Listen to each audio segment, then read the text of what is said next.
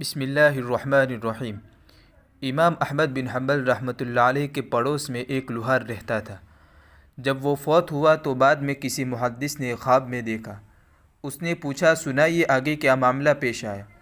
وہ کہنے لگا کہ مجھے بھی احمد بن حنبل رحمۃ اللہ علیہ کے درجے میں رکھ دیا گیا ہے اور اب میں ان کے ساتھ رہ رہا ہوں۔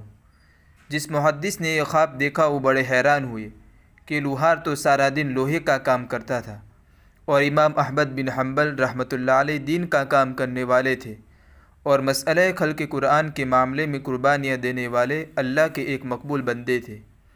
اس لوہار کو ان کے برابر کیسے مرتبہ ملا؟ چنانچہ انہوں نے دوسرے محدثین کو بتایا۔ انہوں نے جواب دیا کہ اس کا کوئی نہ کوئی عمل ایسا ہے جو اللہ تعالیٰ کو پسند آ گیا ہے۔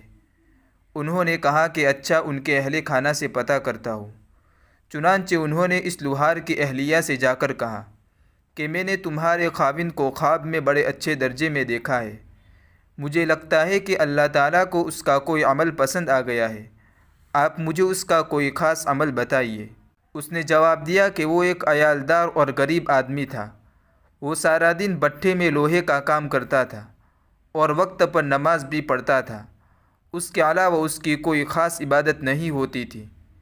انہوں نے کہا، پھر بھی ذرا سوچ کر بتائیے۔ اس کی بیوی نے سوچ کر بتایا کہ مجھے ان کی زندگی میں دو باتیں الگ محسوس ہو رہی تھی۔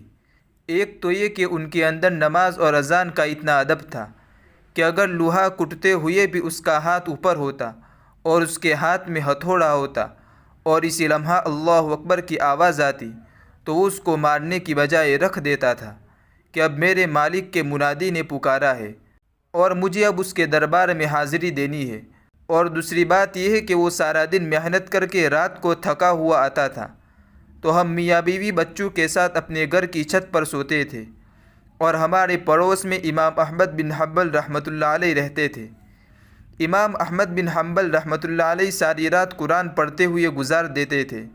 یہ ان کی طرف دیکھتا اور حسرت سے ٹھنڈی سانس لیتا اور کہتا کہ میرے بچے زیادہ ہیں اور گھر میں کوئی ایک بندہ ایسا نہیں ہے جو محنت کر سکے۔ مجھے ہی سارا دن لوہا کٹنا پڑتا ہے اور اس محنت کی وجہ سے اتنا تھک جاتا ہوں کہ میں اللہ کی عبادت نہیں کر سکتا۔ اگر میری پیٹھ ہلکی ہوتی تو میں بھی امام احمد بن حنبل کی طرح قیام کرتا۔ وہ محدث یہ سن کر فرمانے لگے کہ اذان کی اس ادب اور دل میں یہ نیکی کا شوق رکھنے کی وجہ سے اللہ تعالیٰ نے اس کو امام احمد بن حنبل رحمۃ اللہ علیہ جیسا رتبہ عطا فرما دیا۔ اس سے پتہ چلتا ہے کہ اگر انسان کسی ایسے ماحول میں پھنس جائے کہ وہ نیکی نہ کر سکے تو کم از کم دل میں تڑپ ضرور رکھنی چاہیے، کیونکہ بسا اوقات اللہ تعالیٰ دل کی تڑپ پر بھی وہ نعمت اور اجر عطا فرما دیتے ہیں۔